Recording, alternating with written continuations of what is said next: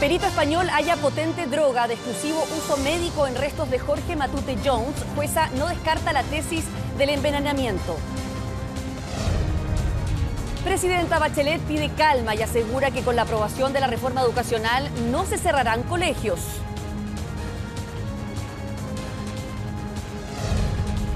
Drama en Punta Arenas. Mujer embarazada de 4 meses asegura que su hijo morirá en su vientre debido a graves problemas pulmonares.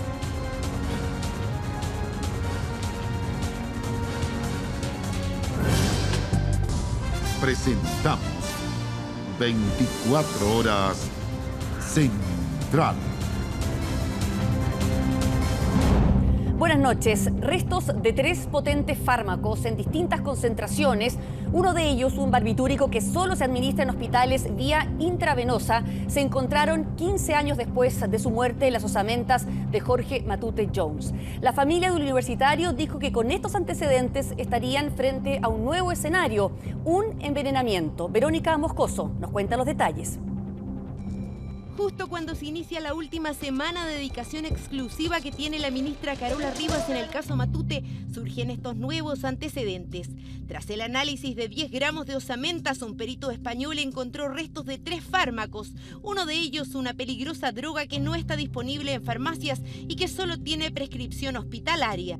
Es un fármaco, y si ese fármaco es causante de letalidad o del envenenamiento al que se refiere usted, en eso precisamente es en lo que hemos estado trabajando con profesionales expertos en la materia, del área de la farmacología incluso, para poder determinar aquello. Una de las drogas encontradas en las osamentas de Jorge Matute es de la familia del tiopental, un barbitúrico que se conoce como el suero de la verdad, el mismo que se usaba en la dictadura para obtener confesiones en los procedimientos de tortura. Dosis muy elevadas de este producto podrían incluso llegar a causar la muerte. No está pensado como un medicamento para que sea administrado a sí mismo por las personas. Es para una anestesia, para procedimiento quirúrgico, por lo tanto lo hacen profesionales de la salud. Por lo que hemos leído estas últimas horas, solo eran hospitales o clínicas. Entonces, ¿quién tuvo acceso a ese químico? La segunda pregunta es, ¿cuánto tiempo estuvo vivo? La familia dice que este escenario, el de un posible envenenamiento, es mucho más grave que las otras hipótesis que se barajaron en su minuto. Que para mí este es un golpe demasiado grande, o sea, esto no me lo esperaba. O sea, yo tengo entendido que eso se usaba para las torturas de la vía primaria, para que hablara la gente.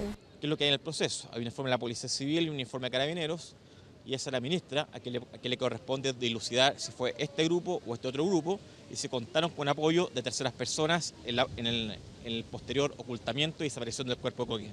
Por el momento todos los avances del caso están en un cuaderno secreto y los abogados han decidido mantenerlos en reserva para no perjudicar el curso de la investigación.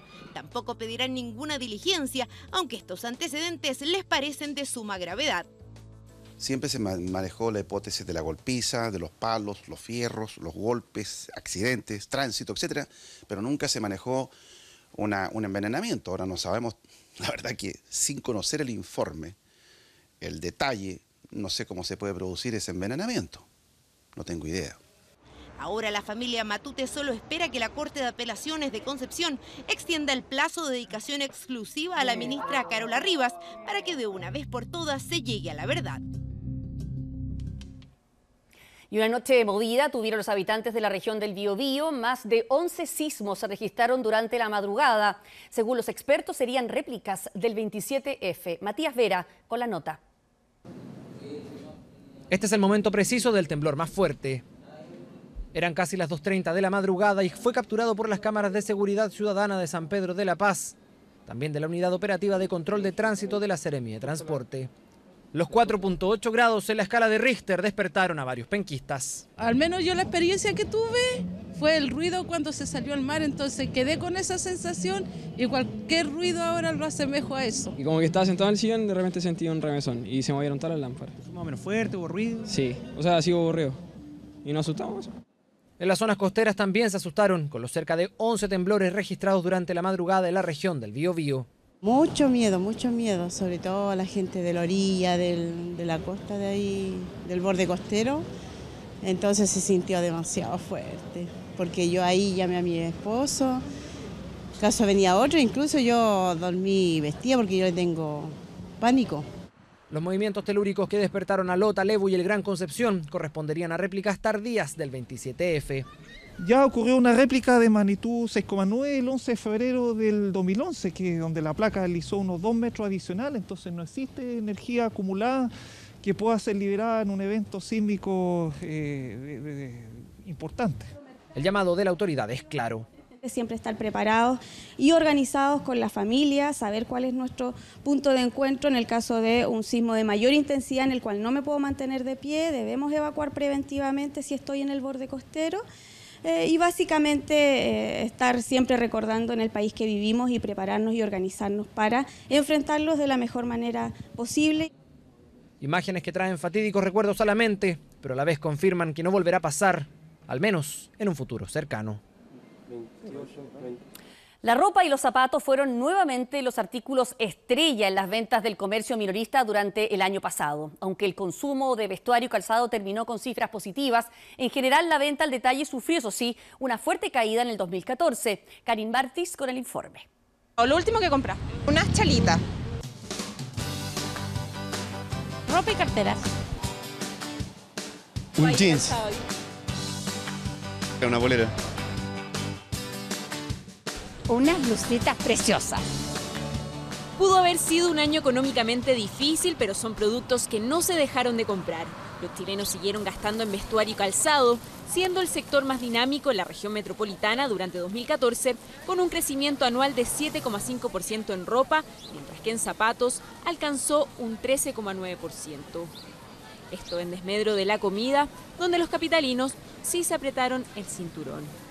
Yo compro poquito, pero se nota. Ha subido todo lo que es la cosa comestible. Siempre tomamos mucho jugo, mucha bebida, y ahora como que ya compramos mucho menos, obviamente. El aceite de oliva, que es sano, y la carne, no, olvídate. Lamentablemente no puedo dejar de comprar cosas de que mis hijos les gusta y comen. Nos apretamos nosotros los grandes y a ellos les seguimos comprando. Ventas del comercio minorista que en 2014 fueron de más a menos, con un crecimiento de apenas un 1,2%, un 86% más bajo que el año anterior.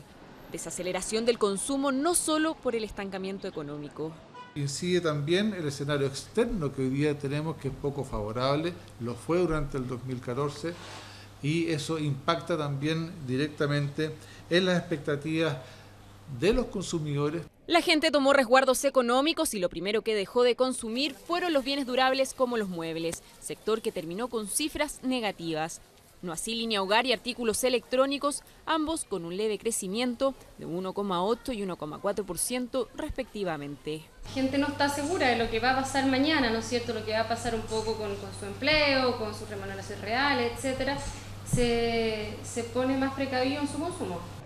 Si bien en 2014 las cifras no fueron las mejores para nuestra economía, este año se espera un repunte en las ventas del comercio minorista, con un crecimiento entre un 4 y un 5%. Y una triste espera es la que vive una mujer de Punta Arenas. Está embarazada, pero según los médicos, su hijo va a morir en las próximas semanas en su vientre, producto de una extraña patología. Su historia reabre el debate del aborto terapéutico, como nos cuenta Eduardo Mesa. Tú no tienes más hijos, ¿cierto? No. A comienzos de noviembre, Natacha recibió una noticia que la llenó de alegría. Estaba embarazada, pero su historia de esperanza dio un vuelco semanas más tarde. Los médicos le dijeron que su embarazo era de alto riesgo y que su guagua no sobreviviría. La opinión de 10 médicos, más el médico que me estaba viendo dice lo mismo. Y el médico que me estaba viendo habló con los de Santiago, que vieron las ecografías, y señalan que no hay nada que hacer. La orina no se evacuaba, la vejiga se inflamó, finalmente se reventó y todo el líquido está dentro de la guagua en gestación. Día a día su abdomen se inflama, sus pulmones no se podrán desarrollar y se le producirá una falla cardíaca. Es una presión psicológica súper grande que yo no sé si la gente logra dimensionarlo. Pero porque yo físicamente no tengo ningún problema, yo me siento súper bien, yo hago mi vida normal, pero las consecuencias psicológicas en estos momentos yo no sé cómo van a ser después. Ahora tiene 16 semanas y 5 días de embarazo. Natacha sigue con su guagua en el vientre, no tiene más opciones. La legislación chilena la obliga a esperar el desenlace. Para mí tiene que existir aborto terapéutico en Chile, a lo menos en el sistema de salud público, como un derecho humano, como un derecho para las mujeres. Debemos respetar a las mujeres, la condición de mujer, porque esto pasa a ser una tortura, pasa a ser una forma de maltrato o tortura hacia el género. Es fuerte para uno como pareja, ver sufrir a tu mujer por una situación que ya no da para más. Todo el peso de esto se lo está llevando la Natacha. Entonces ya una vez que para ella es doloroso, pasa a ser doloroso para mí, para la familia. Natacha le escribió una carta a todos los parlamentarios, pide que se abra el debate sobre el aborto. Me parece súper injusto y súper indolente de parte de autoridades que no sean capaces de legislar al respecto.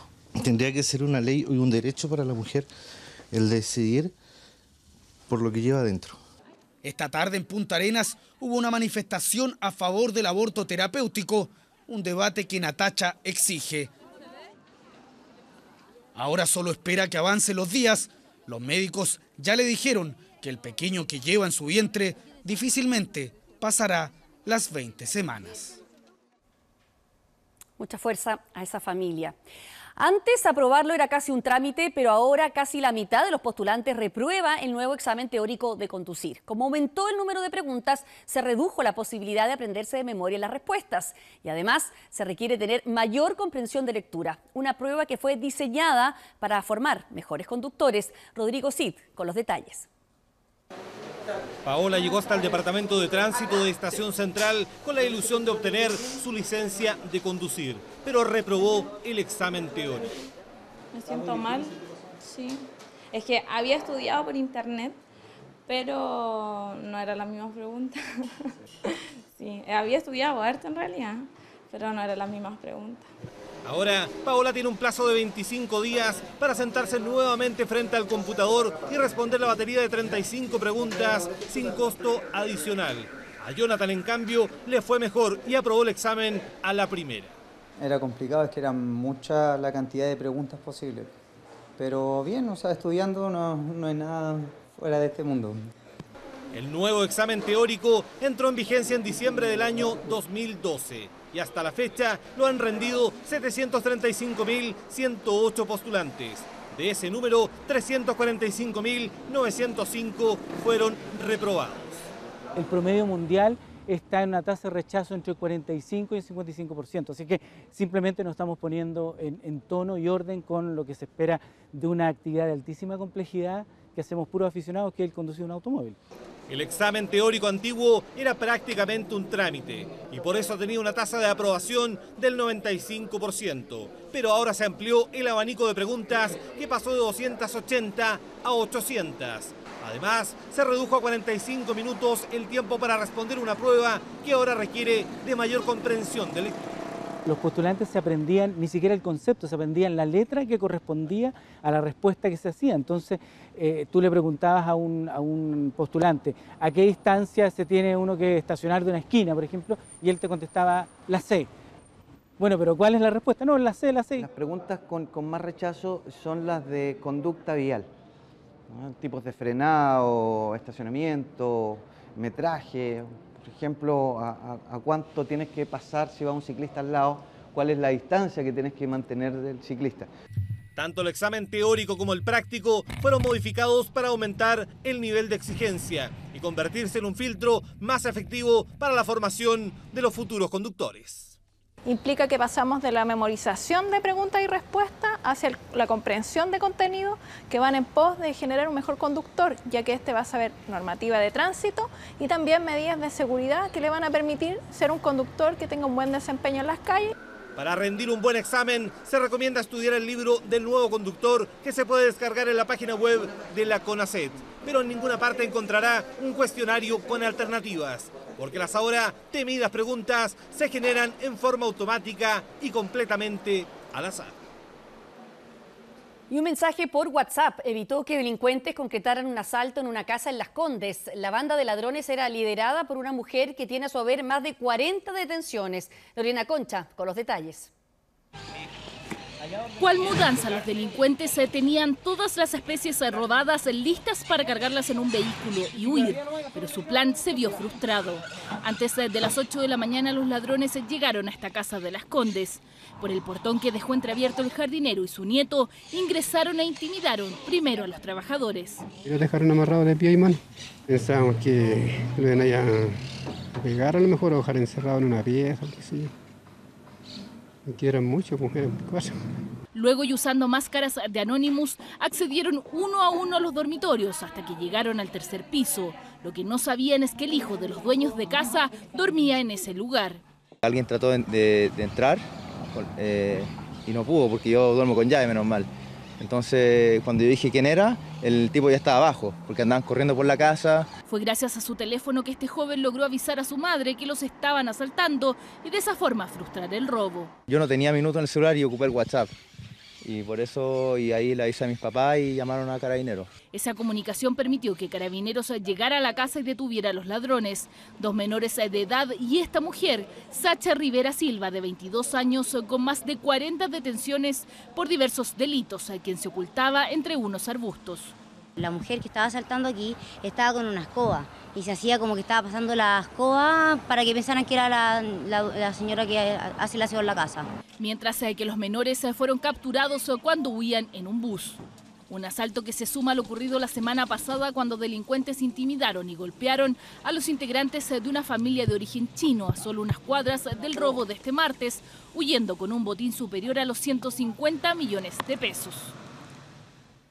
Luego de una larga disputa judicial, el emblemático Club Internacional de Tenis de Santiago fue desalojado este martes. Tras casi 20 años funcionando de forma irregular debido a una concesión no renovada, la administración deberá pagar más de 1.000 millones de pesos al fisco. Esteban Roa con la nota.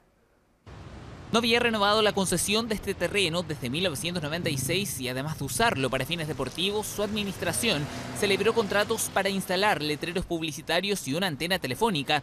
En total, el histórico Club Internacional de Tenis de Santiago habría recibido de manera indebida más de 30.000 UFs. El Consejo de Defensa del Estado ha solicitado una indemnización de cerca de 1.000 millones por la ocupación irregular de este inmueble desde 1996. Con estos antecedentes, este martes fue desalojada la administración del club de tenis ubicado en Recoleta, el fin a una larga disputa judicial que terminó a fines del año pasado. Hemos logrado llegar a este acuerdo de manera que ahora se está entregando todo tipo de muebles internos para que se desaloje completamente y se haga entrega al Ministerio, y posteriormente el Ministerio de Bienes Nacionales se lo hace entrega al municipio de Recoleta.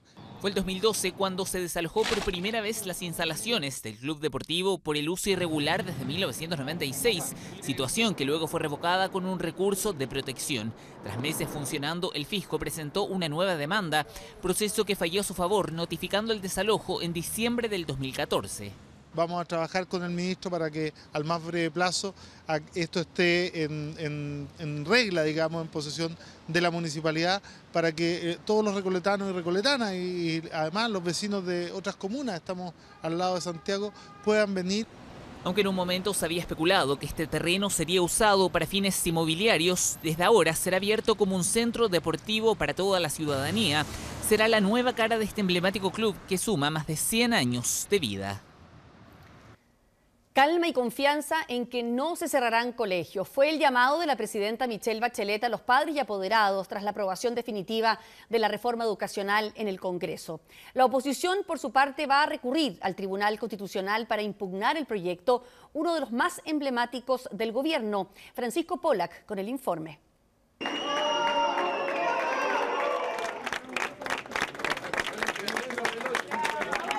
Salió entre aplausos de la Cámara de Diputados. Solo minutos antes, el gobierno y su ministro de Educación habían logrado la aprobación de la reforma más compleja hasta ahora presentada por La Moneda. Aprobado, despachado el proyecto.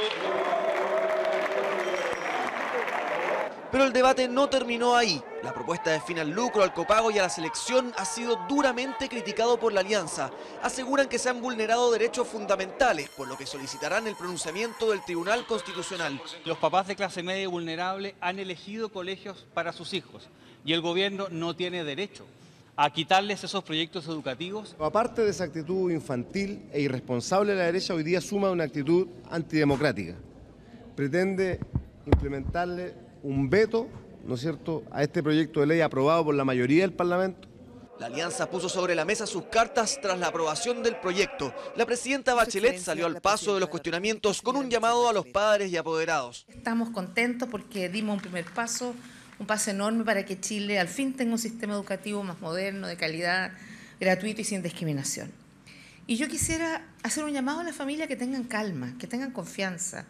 No se van a cerrar los colegios, al contrario, todos los cambios se van a implementar gradualmente, justamente para apoyar a los colegios particulares subvencionados y que sigan haciendo así su trabajo educativo. No fueron los únicos coletazos. También queda abierta la discusión en torno a la admisión en liceos emblemáticos. La nueva ley estipula que se podrá seleccionar por rendimiento a un máximo de un 30% de sus cupos. La bancada de diputados del PPD acordó con el gobierno seguir debatiendo en busca de una eventual fórmula alternativa. Es una discusión abierta y bueno, nosotros agradecemos la buena disposición del ministro de Educación y también del ministro Peñalillo de haber venido a conversar a la bancada sobre este punto y de comprometer ese debate. Es el reconocimiento de los errores garrafales que se están llevando adelante en esta reforma. Cuando el gobierno se da cuenta que metió las patas hasta el fondo, lo que está haciendo hoy día es tratar de corregirlo. Y no son las únicas razones por las que el debate educacional seguirá en la primera línea. En mayo sería presentado el proyecto de fortalecimiento de la educación pública, otro pilar fundamental de la reforma a la educación. Breves nacionales.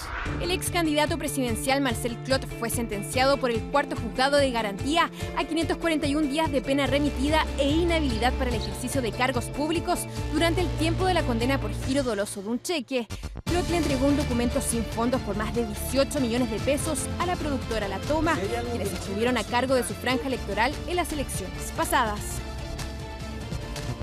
Sin embargo, la defensa de Clot no quedó conforme con la sentencia y presentará un recurso para intentar anular el juicio. La gobernadora de Aysén, Marisol Martínez, renunció a su cargo tras ser formalizada este lunes por presunto fraude al fisco mientras se desempeñó como alcaldesa de Aysén. Martínez niega los ilícitos que se le imputan, entre ellos el uso de fondos del programa de integración escolar para pagar gastos regulares del sistema de educación o haber financiado rellenos en una población con dinero que correspondía a otras obras. La militante del Partido Comunista dio un paso al costado como gobernadora a la espera que el Ministerio Público resuelva la investigación. La PDI investiga el hackeo que sufrió la ministra secretaria general de Gobierno, Jimena Rincón, a su correo electrónico.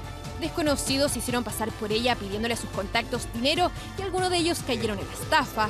Aunque la ministra no recibió el dinero, se estima que hubo transferencias electrónicas por 1,5 millones de pesos.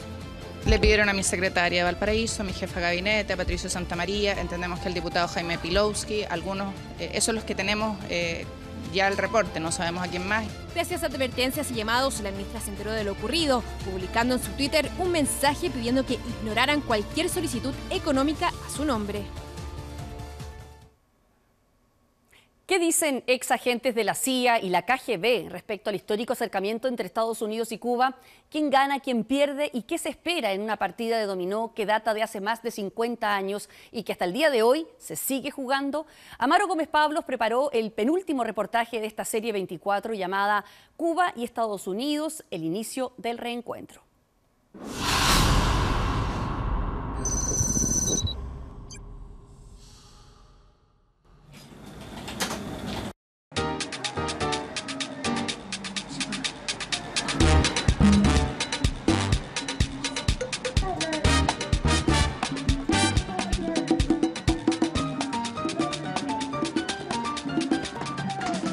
El exilio cubano se da cita en la calle 8 de Miami todos los días. Es la pequeña Cuba, lejos de la isla.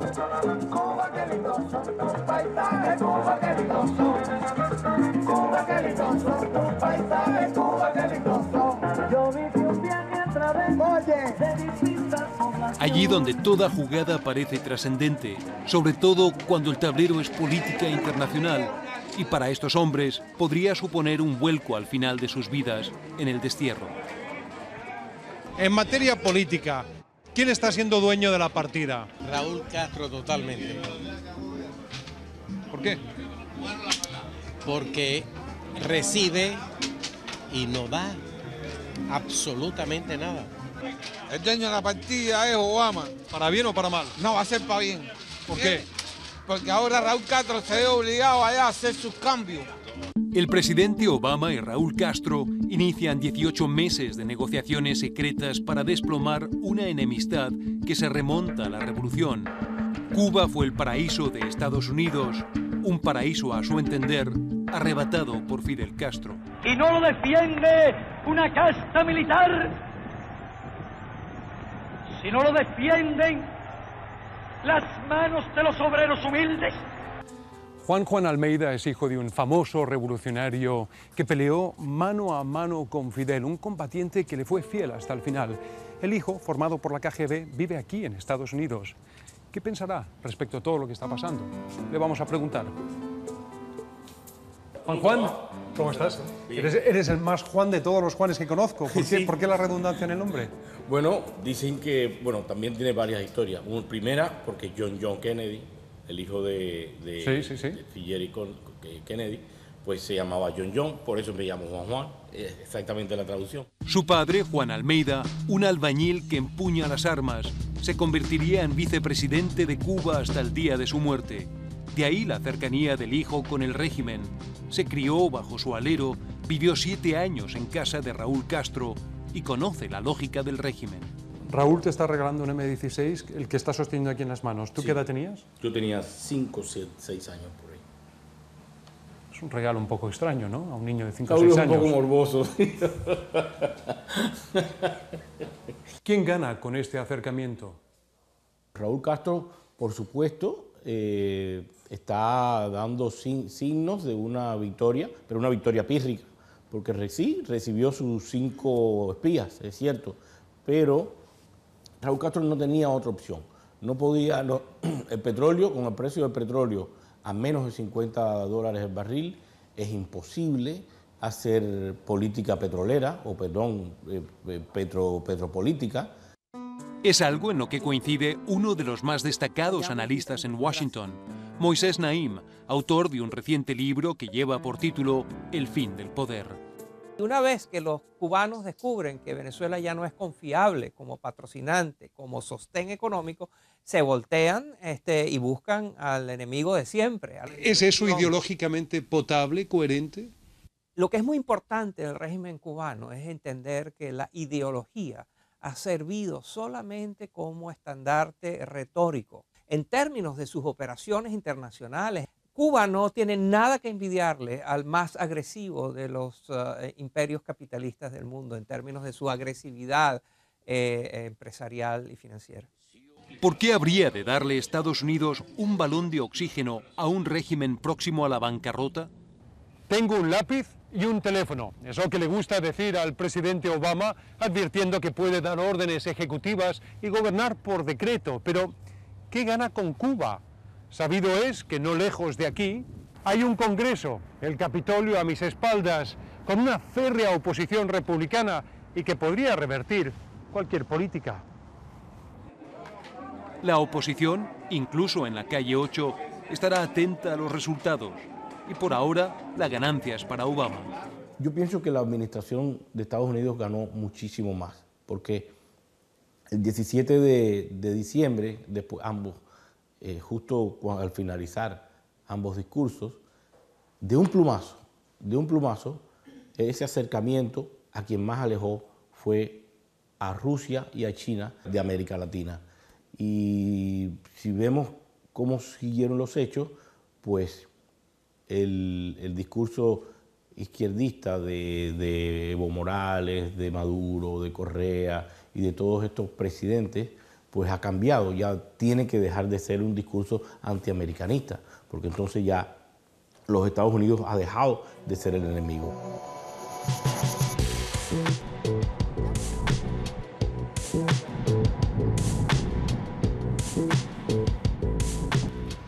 Brian Latell es un analista que trabajó durante largos años para la Central de Inteligencia de Estados Unidos. Analizar a Fidel, su entorno, anticipar escenarios, perfiles psicológicos, todo aquello era lo suyo. La vieja frase es cierta, nadie se retira de la CIA. Por eso lo que nos pueda decir acerca de lo que está pasando hoy es relevante.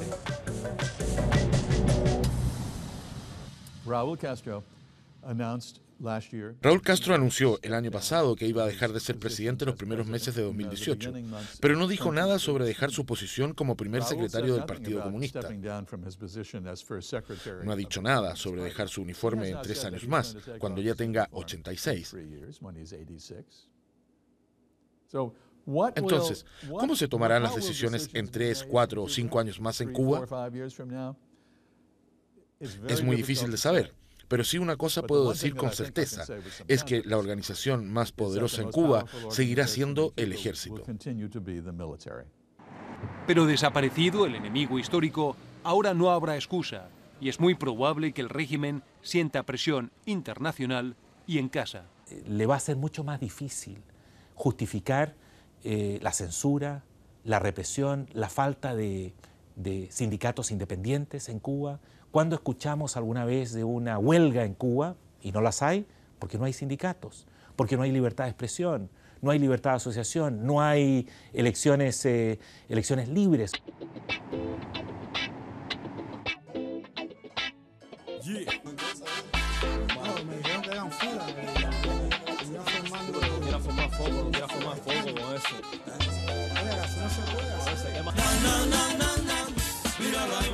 Esos chamacos no están en nada. Anda, pregunta por la ciudad para que te enteres. Esos chamacos son chéveres. Miami se prende de noche. Mucho se sabe de la presencia de Cuba en Estados Unidos. La gran pregunta es, ¿cuánto de Estados Unidos entrará en Cuba?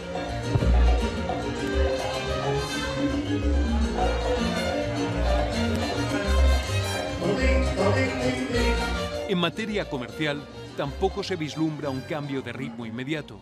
No creo que podamos vislumbrar antes de que Obama salga de la presidencia en el 2016 la posibilidad de tener compañías norteamericanas transnacionales instaladas en Cuba en una relación que es igual que la que pueda haber entre Estados Unidos y Chile o Estados Unidos y Perú. Para estos hombres desterrados y ya más viejos, hay un deseo y una incertidumbre. Han hecho toda una vida en Estados Unidos, pero en la última partida, cuando uno descansa en paz, ¿dónde quieren descansar? Yo en mi tierrita, en Cuba. Cubita la Bella. Yo en Cuba también. ¿En Cuba? Sí, estoy agradecido a Estados Unidos, pero en Cuba es mi tierra, es mi padre, es mi patria. Para ellos el éxito de esa jugada está por verse.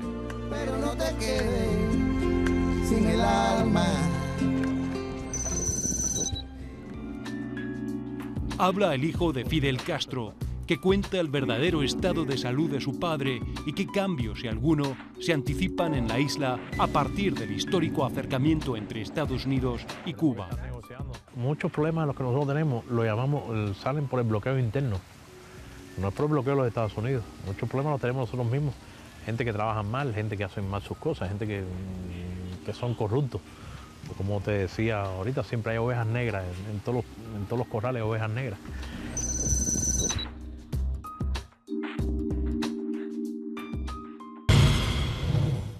Los dueños de la billetera son los controladores de Penta. Así respondió hoy la abogada del ex gerente general del grupo, Hugo Bravo, a quien los socios del holding apuntan como quien ideó el uso de las boletas falsas de sus esposas para completar sueldos y rebajar el pago de impuestos. Ignacio Uribe tiene el informe.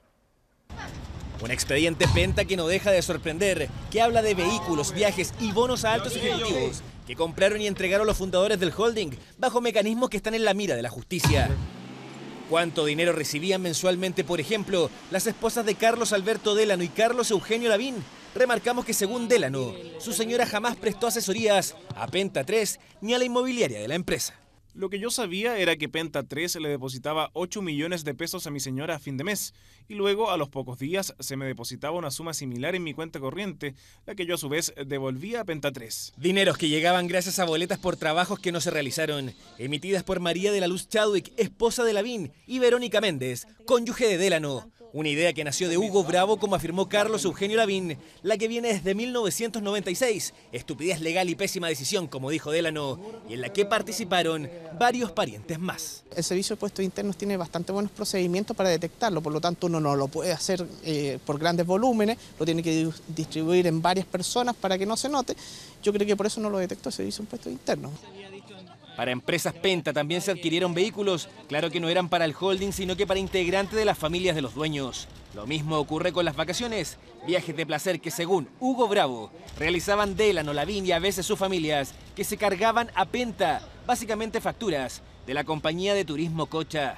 En total, según Bravo, serían $300.000 gastados por cada uno, casi 190 millones de pesos al día de hoy. Ese gasto no debiera estar incorporado dentro de las pérdidas de la empresa, entre comillas pérdidas. Por ejemplo, si se gastaron 10 millones de pesos en un viaje, al pasarlo por la empresa reduce su impuesto en 2 millones de pesos.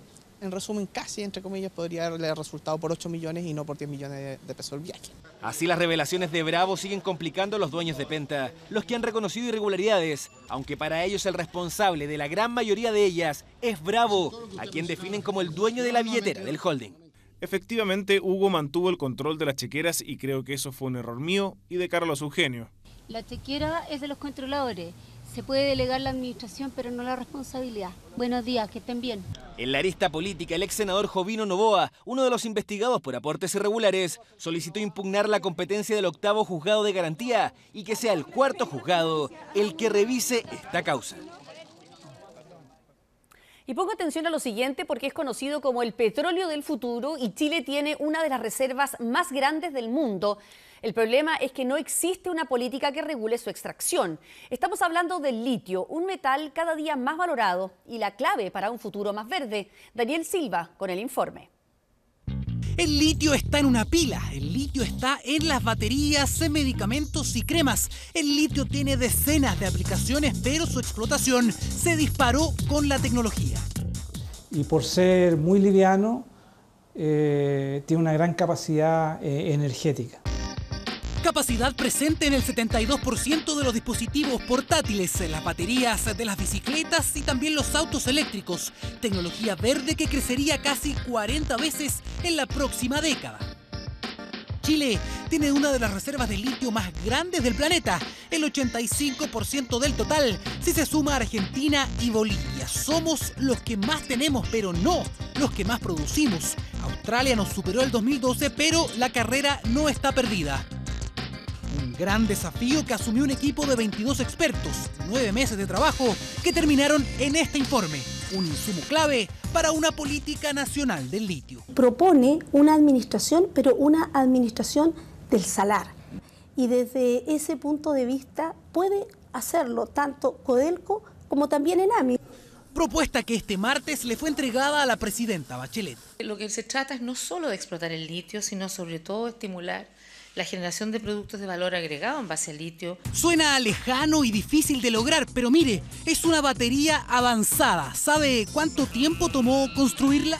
2 años solamente se demoraron los profesionales de la Universidad de Chile para crear el IBAT, la primera batería de litio inteligente. Tecnología de primer nivel que saldrá al mercado en marzo. Aumenta en 200 veces el valor del litio que está contenido en ella. Entonces es un producto, es un insumo modular de baterías de litio que podría ser utilizado en la industria mundial en distintas aplicaciones. 80 millones de pesos costó llegar a este resultado, la demostración de que Chile puede jugar en las grandes ligas y no quedarse estancado solo en la explotación de materias primas. Y vamos a ir a Argentina, que sigue conmocionada por la extraña muerte del fiscal Alberto Nisman y lleno de reacciones por el largo discurso que dio ayer la presidenta Cristina Fernández. Desde Buenos Aires tenemos el despacho de nuestra enviada especial, Andrea Aristegui. Andrea, buenas noches. ¿Cómo están? Buenas noches. Como absurda calificó la presidenta Cristina Fernández la denuncia que Alberto Nisman estaba presentando en su contra y la de otros cercanos a su gobierno. La mandataria insistió en que no cree en la teoría del suicidio y apuntó sus dardos a quien le entregó el arma calibre 22 al fiscal. Un mensaje, el primero después de la muerte de Alberto Nisman, que tuvo variadas reacciones durante esta jornada. Lo revisamos en la nota que preparó Ivana López. A mí no me van a extorsionar, a mí no me van a intimidar. Yo no les tengo miedo. que digan lo que quieran. Habló desafiante, vestida de blanco, y sacó el escritorio para mostrarse en silla de ruedas. De un lado la bandera y a pocos centímetros la foto con su fallecido esposo. En ese escenario, Cristina Fernández volvió a calificar de absurda la denuncia de encubrimiento de los responsables iraníes del atentado a la AMIA que el fiscal Nisman hizo en su contra 4 días antes de morir. ¿En qué cabeza puede caber que quienes precisamente fueron los primeros en acusar y en lograr y en tratar de que la República Islámica de Irán coopere, pueden ahora intentar, no se sabe por qué cosa, querer distraer o desviar la investigación? Por favor. Casi una hora en cadena de radio y televisión y la mandataria argentina no tuvo ni siquiera un gesto de condolencia para la familia de Nisman. Al contrario, volvió a sugerir que agentes de inteligencia están involucrados en un complot para perjudicar al gobierno y por eso anunció que terminará con la Secretaría de Inteligencia. He tomado la resolución de que se disuelva esta secretaría y se cree la Agencia Federal de Inteligencia. No sirve que la presidenta salga por cadena nacional a dar sus teorías. Si tiene elementos nuevos, que los agregue a la causa. Con esas críticas, la oposición reaccionó al discurso de Fernández. No están de acuerdo con la disolución de la Secretaría de Inteligencia y exigen que se aclare de inmediato la muerte del fiscal Nisman. Lo mismo esperan cientos de argentinos que anoche salieron nuevamente a protestar. Con la muerte de Nisman nos han matado un poco a todos los argentinos. Una muerte que tiene pocas certezas, quizás la única hasta ahora es la imputación de Diego Lagomarsino, el colaborador que le prestó el arma a Nisman. Para la presidenta, amigo íntimo del fiscal y férreo opositor al gobierno que, según ella, podría estar implicado en el plan contra la Casa Rosada. De la presidenta de la República. En la imagen, el automóvil del fiscal Alberto Nisman, que continúa en este complejo de departamentos del exclusivo barrio de Puerto Madero. Aquí hubo diligencias durante esta jornada, estuvo su madre y su hermana durante varias horas junto a la fiscal Viviana Fein, quien continúa con además los interrogatorios a quienes podrían tener información clave en este sentido. Mañana se entregaría el cuerpo de Alberto Nisman a su familia para comenzar con su velatorio y posteriormente el día jueves con su funeral. Nosotros seguimos muy atentos a todas las novedades respecto al llamado caso Nisman desde Buenos Aires. Que tengan muy buenas noches. Gracias, Andrea. Buenas noches. Y tenemos más noticias internacionales. Acusaciones de conspiración contra su gobierno realizó el presidente de Venezuela, Nicolás Maduro, tras la visita de Sebastián Piñera a ese país. Dichos que fueron apoyados por Evo Morales. El exmandatario chileno respondió esta tarde y fue respaldado por la Cancillería. Juan David Ayala con la nota. Les va a ir muy mal si siguen metiéndose con Venezuela, con Bolívar, con Chávez, con el Club de Venezuela. Fue la advertencia del presidente Nicolás Maduro a los exmandatarios Sebastián Piñera, Andrés Pastrana y Felipe Calderón, que visitaron Venezuela esta semana. Maduro los acusó de querer colaborar con una conspiración política contra su gobierno. Que el modelo que le quieran imponer al país sea el de Pinochet. ¡Qué vergüenza! Menos mal que frente a este tipo de gente hay una conciencia democrática, humanista, profunda, de las grandes mayorías de nuestro país.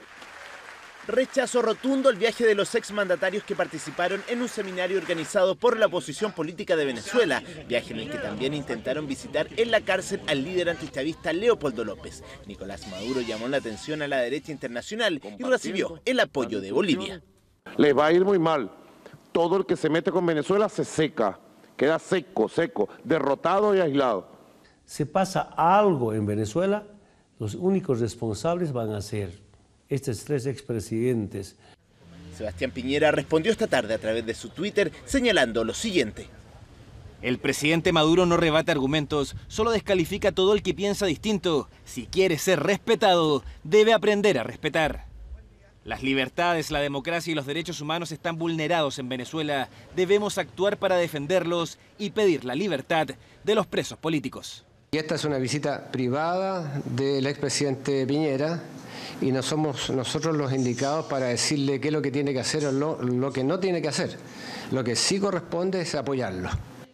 Este Este miércoles la presidenta Michelle Bachelet participará de la reunión de la CELAC, en la que también estará presente Nicolás Maduro, oportunidad en la que diferentes políticos nacionales le han solicitado presentar un reclamo por los dichos contra el expresidente Sebastián Piñera. Deportes en 24 horas.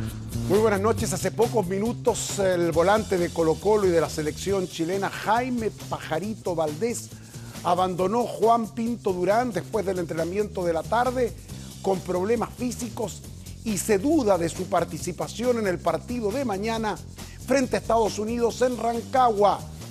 Hoy habló Sampaoli y se refirió, entre otras cosas, a la automarginación de Cristian Suárez. No tomé la mejor decisión. Si el jugador no se presenta... Fue muy inmaduro el día de ayer de tomar esta determinación. El estudio arrojó que la lesión no era tan importante, entonces nosotros pensábamos que íbamos a contar con él.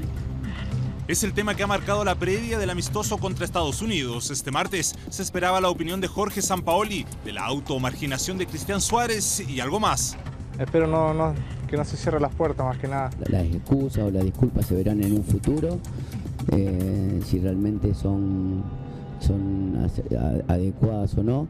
Suárez quedó condicional en la roja y se suma a la larga lista de lesionados o resentidos que salen de Juan Pinto Durán, para lo cual hay una explicación. Las altas intensidades que necesita, a mi criterio, la selección para protagonizar genera fatiga o algún tipo de dolencia, pero hasta ahora nada significativo.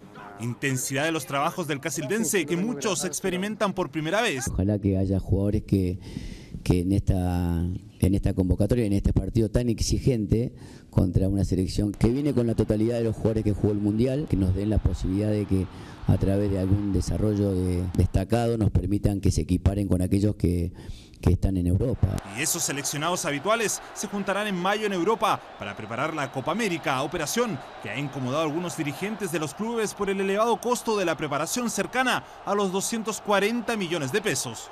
Si me hubieran dicho el valor o la imposibilidad, seguramente lo hubiera atendido, lo hubiera escuchado. Pero al contrario. Chile se va eliminado de este sudamericano sub-20. Hace una semana la sub-20 terminó una de las peores presentaciones en un sudamericano de la categoría. ¿Qué opinión tiene el técnico de la adulta? ¿Tienen que haber cambios? Yo digo que los procesos se corrigen, no se quiebran. Y debe ser analizado con mucha profundidad en relación de quién se va y quién viene. Donde sí tuvo opinión Sampaoli fue en el tema del calendario de las eliminatorias a Rusia 2018. El argentino estaba a favor de un cambio en el fixture que se mantuvo por 4 clasificatorias. Los tiempos entre partido y partido son muy cortos, que lo que más me complicaba a mí era el viaje de La Paz a Venezuela en poco tiempo, son 2 días.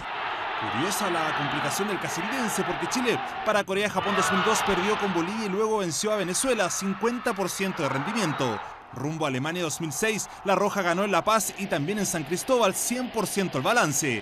Lo mismo sucedió para Sudáfrica 2010, venciendo en ambos compromisos, y para Brasil 2014 la cosecha fue idéntica, triunfos en los 2 países. A propósito de eliminatorias, Sampaoli sigue con su anhelo de llevar a Argentina y Brasil a la altura. Yo digo siempre que cada uno elige sus condiciones para sacar el mayor rédito. Si ahora nosotros creemos que en el análisis profundo nos conviene jugar en Calama con determinado equipo, lo vamos a hacer. De todo habló Jorge Sampaoli, quien volverá a Rancagua, la ciudad donde se hizo famoso en Chile para el amistoso contra Estados Unidos. Ojo, Estados Unidos no es un rival menor, jugó el Mundial de Brasil, clasificó para octavos de final, trae un contingente importante del equipo mundialista, está en Rancagua, elogia a la selección chilena, pero pretende ganar el partido de mañana.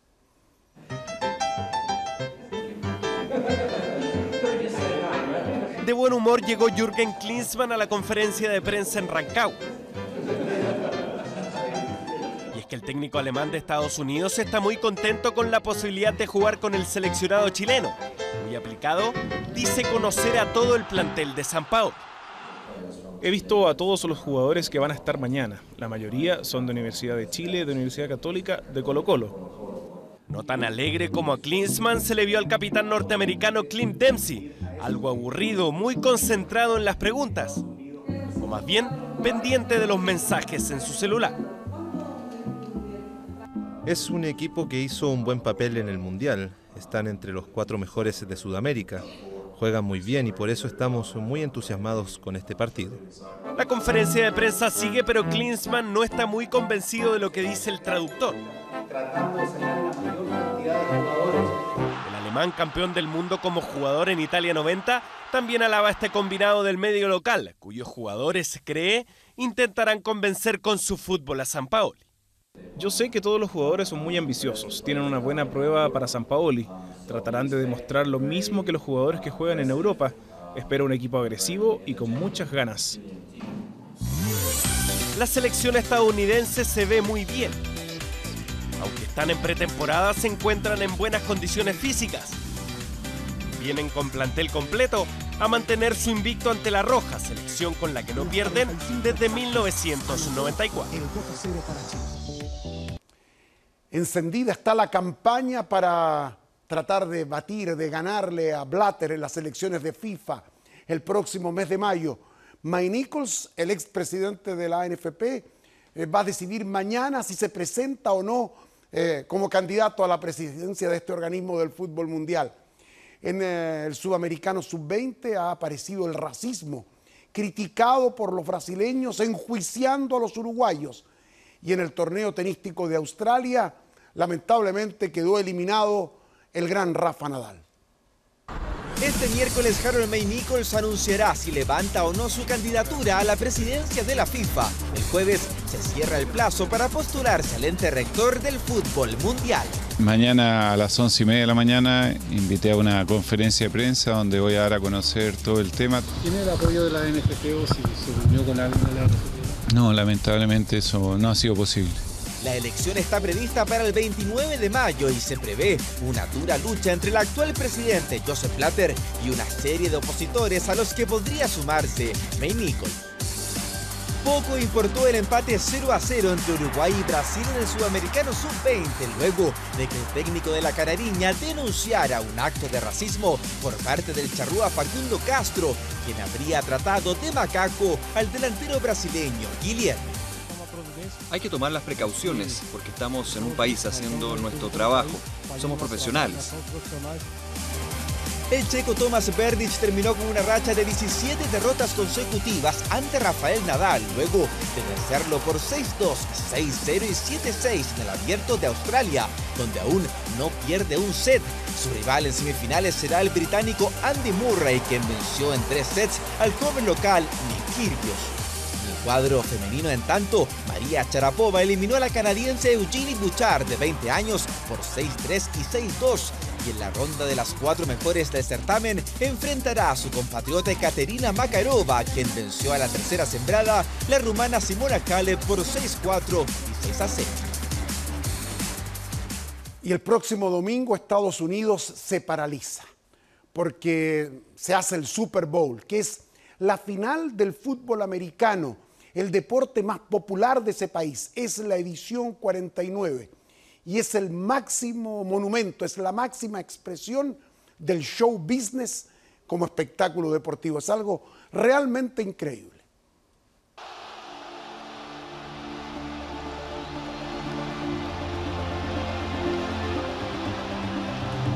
Todo listo, todo dispuesto para uno de los eventos deportivos más espectaculares del mundo. El próximo domingo 1 de febrero se disputará la versión 49 del Super Bowl, una nueva jornada del Super Sunday, la misma que se espera sea vista por cerca de 120 millones de espectadores en todo el planeta.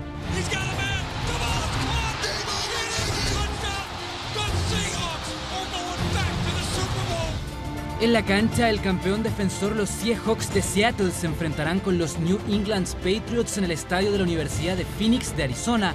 75,000 espectadores en las tribunas en un duelo en que el show se roba gran parte de la película. Ya es una tradición que destacados artistas participen en la previa y el entretiempo del partido. Recordadas son las actuaciones de Madonna, Michael Jackson, Black Eyed Peas, Justin Timberlake y hasta Aerosmith. El año pasado Bruno Mars y Red Hot Chili Peppers fueron el plato fuerte y este domingo Katy Perry y Lenny Kravitz serán los encargados de animar el entretiempo. Lo único que prometo es dar lo mejor de mí. Y es que el Supertazón es el evento que mueve más millones de dólares fuera de la cancha en todo el mundo, a tanto que solo el costo de transmisión supera los 60 millones de dólares. El duelo congrega cerca del 50% de la audiencia de Estados Unidos y es transmitido a 200 países. Por lo mismo, las marcas compiten por ubicar sus spots publicitarios durante la emisión, con un costo cercano a los 4.5 millones de dólares por solo 30 segundos de espacio comercial. La edición 2015 en todo caso no ha estado exenta de polémicas. Una cadena de hamburguesas fue acusada de promocionar su producto con un contenido sexista e incluso podría ser multada.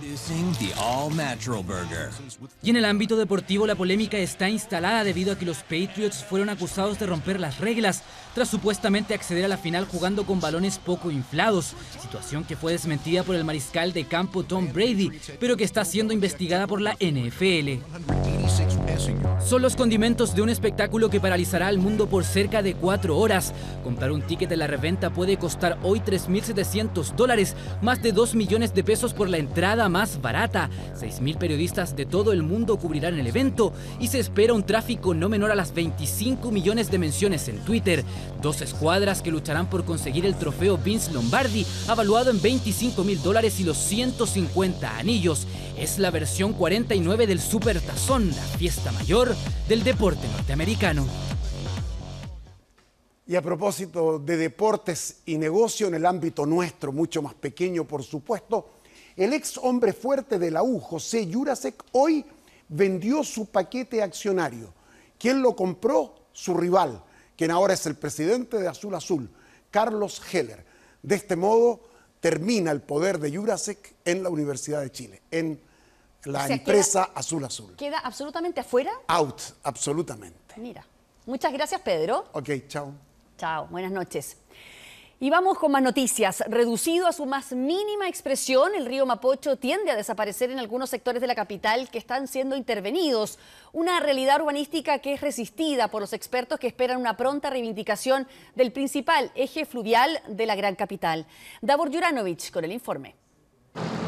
Está cierto de TVN que en 1982 registró la caída de un mini. Se convirtió en una postal del desborde más recordado del Mapocho. 30 años después, el rugir de su caudal solo alcanza para sacudir la basura y la vegetación que sigue allí, taponeando el sucio flujo de sus aguas. El río de verdad no está bien aprovechado, no tiene la importancia que debiera tener. El río es uno de los elementos fundacionales en nuestra ciudad que traza el Valle de Santiago y que fue de alguna manera conduciendo el crecimiento de la ciudad. Hoy día son muchas las comunas que tienen frontera con el río, pero que no se vuelcan hacia él. O sea, lo que es en una ciudad puerto del mar debiera ser para nosotros el río Mapocho, o sea, debiera ser el foco sobre el cual nos abocamos y no lo estamos haciendo. Increíblemente, en los sectores más anchos, que tienen 70 metros de lado a lado, ya no existe el torrente que tanto amenazó en los años 80. Las obras viales de Santiago obligaron a enterrar sus aguas, terminando así con una tradición que sí existe en otros países andinos. No, eso no debió haber sucedido nunca. Lo primero que hay que tener claro es que el Mapocho originalmente era mucho más caudaloso que hoy. Nosotros lo hemos ido sangrando, como dicen los canalistas, sacándole canales y por lo tanto teniendo un curso más abajo cada vez más pobre. Todos los países, territorios que estamos cerca de la cordillera de los Andes, tenemos esta virtud de que nos viene el agua directamente pura desde la cordillera y como es tan alta la cordillera en estos tramos, nos llega incluso en verano. Eso es un lujo.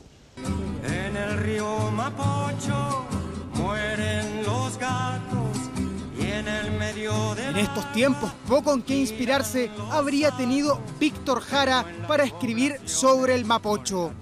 El río asoma con fuerza solo en las cercanías del aeropuerto, donde también se acumulan kilos de basura que serán removidos durante la temporada estival.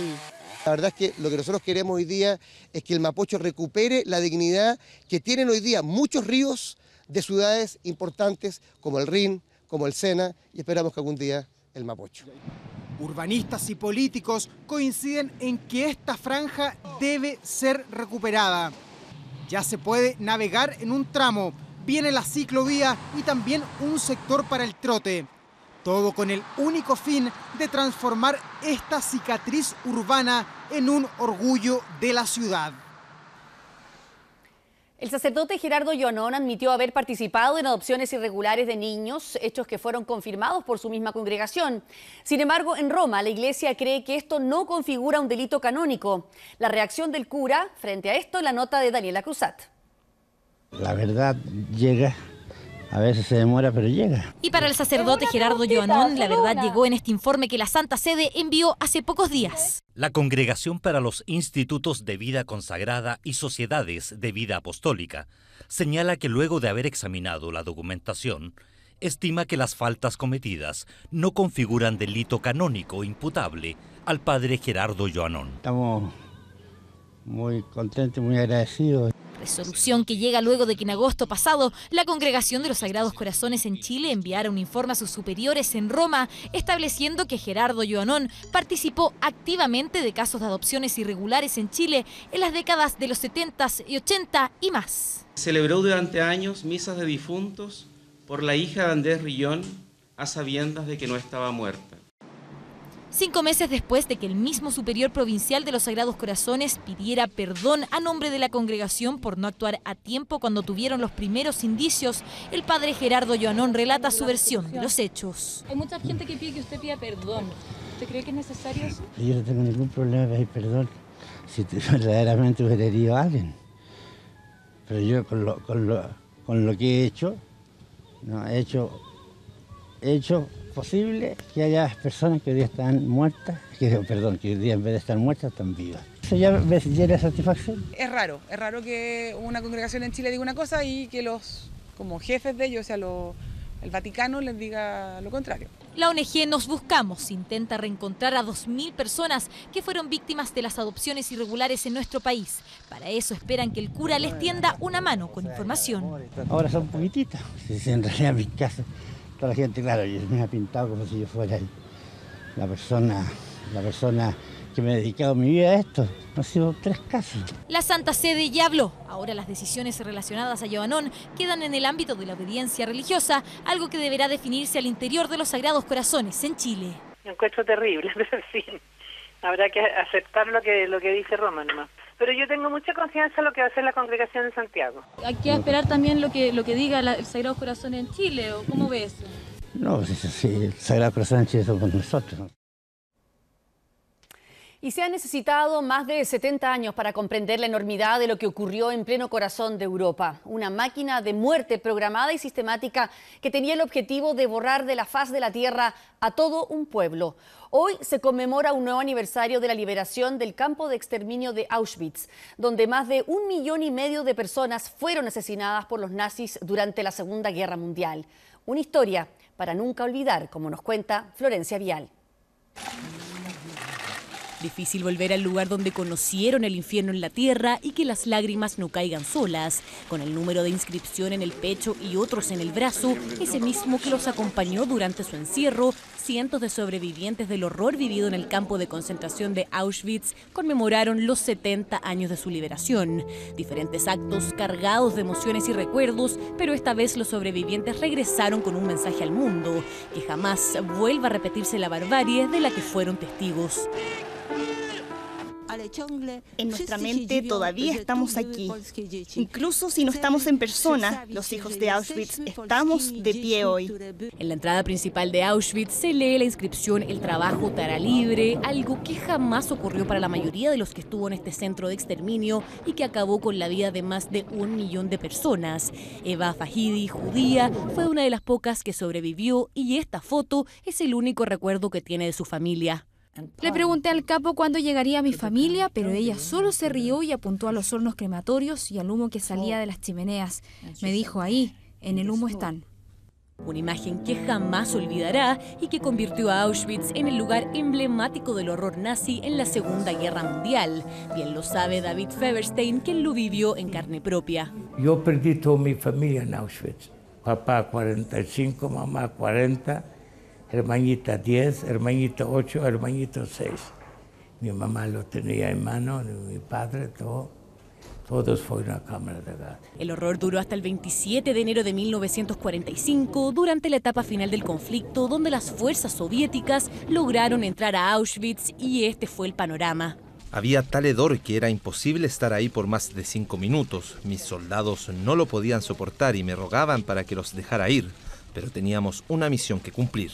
Una de las mayores atrocidades de la historia moderna que el cineasta Steven Spielberg llevó a la pantalla grande con La lista de Schindler y que lo impulsó hoy a hablar ante más de 100 sobrevivientes en el mismo campo donde se cometió este genocidio.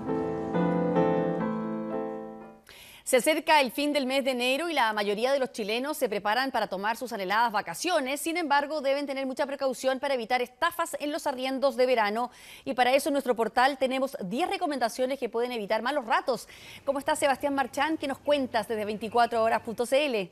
¿Qué tal, Mónica? ¿Cómo estás? Así es, la Fiscalía Metropolitana Norte entregó este listado de 10 medidas precautorias para que todas las personas que salgan de vacaciones eviten malos ratos, como tú lo decías. Entre ellas está, por ejemplo, evitar el pago total por adelantado, confeccionar un contrato para que evitar que alguna de las partes se desentienda del acuerdo, estar atento a los ofertones de última hora que pueden ser falsos y tal vez la más importante, siempre comunicarse con quien usted va a arrendar su alojamiento y que lo haga desde una red fija. Porque los estafadores, por supuesto, prefieren los dispositivos móviles. Todos los detalles de esta lista que les servirán para tener un verano tranquilo y sin problemas, por supuesto, en 24horas.cl.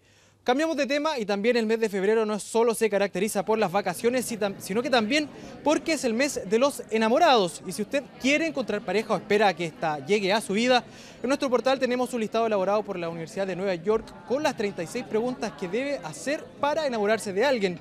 Entre ellas destaca, por ejemplo, cuál es el papel del amor y el afecto en su vida o qué hace de su día un día perfecto. Un listado bastante interesante para que los que buscan el amor en verano, tal vez para toda la vida, lo puedan revisar y por supuesto está todo el detalle en nuestro portal 24horas.cl, Mónica. Interesantes preguntas. Gracias, Sebastián. Chao, que estés bien. Bueno, y de esta manera estamos despidiendo esta edición de 24 Horas Central, agradeciendo como siempre que se haya informado con nosotros. Que descanse, buenas noches.